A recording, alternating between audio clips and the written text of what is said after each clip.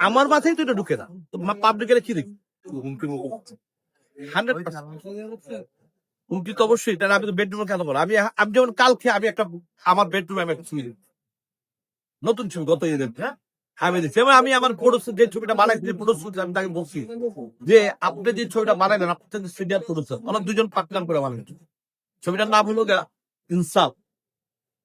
হ্যাঁ, ইনসাফের প্রোডিউসারকে আমি দিয়েছি যে ছবিটা যে বানাইলেন, ওই ছবি আপনি একটা সিনিয়র, এত ছবি আপনি বানাইছেন, অনেক ছবি আপনি বানাইছেন, আমি আমার আগেও আপনি আসবেন ছবি বানাইছেন, কি দেখে আপনি ছবিটা বানাই এবং কি এই কি কাকে দিয়ে আপনি ফাইট করাইতেছেন, কাকে দিয়ে কোন সিনেতে কোন সিন চলে আসছে, কেমনে কি?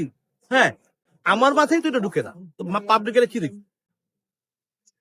আর নায়ক যাক ওগুলো বলতে চাই না, ঠিক আছে, এগুলো একটা অনেক একটা রুচির ব্যাপার।